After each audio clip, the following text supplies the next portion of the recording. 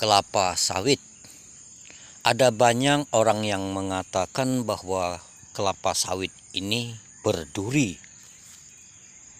Tidak salah, tetapi mari kita melihatnya dari sisi anatomi kelapa sawit.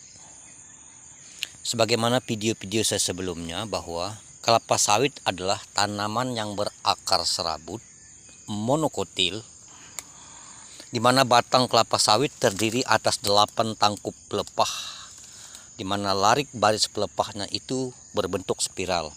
Jadi seperti ini, dia akan seperti begini. Terus yang berikutnya ini juga begini. Begitulah seterusnya sehingga akhirnya menjadi 8 tangkup.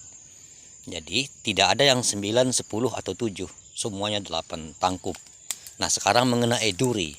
Dalam anatomi tanaman kelapa sawit itu dikenal yang namanya anak daun pelepah ini, kemudian ada anak daunnya ini.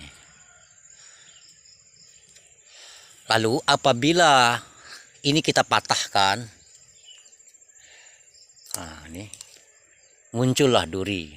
Jadi anak daun yang semakin ke pangkal pelepah ini, akhirnya daun-daunnya ini hilang, helai daunnya ini, sehingga menjadilah lidi. Lidi-lidinya inilah yang kita kenal dengan duri hingga ke pangkal pelepah.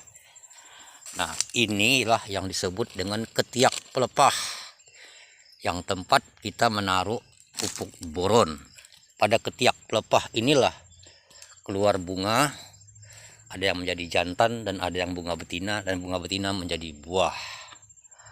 Nah, anatomi sawit yang paling bawah adalah akar, yang kita dalam video sebelumnya saya jelaskan.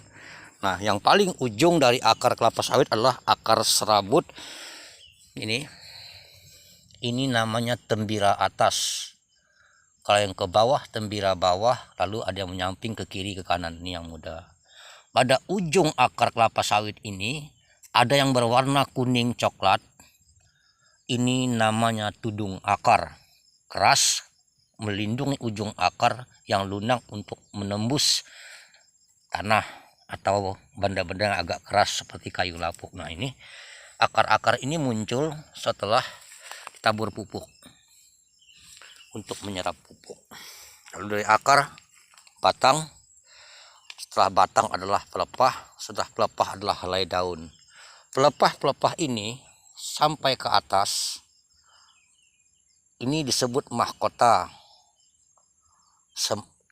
Yang terakhir disebut mahkota adalah pelepah yang sudah mekar. Sedangkan pelepah yang muda yang belum mekar itu belum disebut pelepah. Sampai jumpa.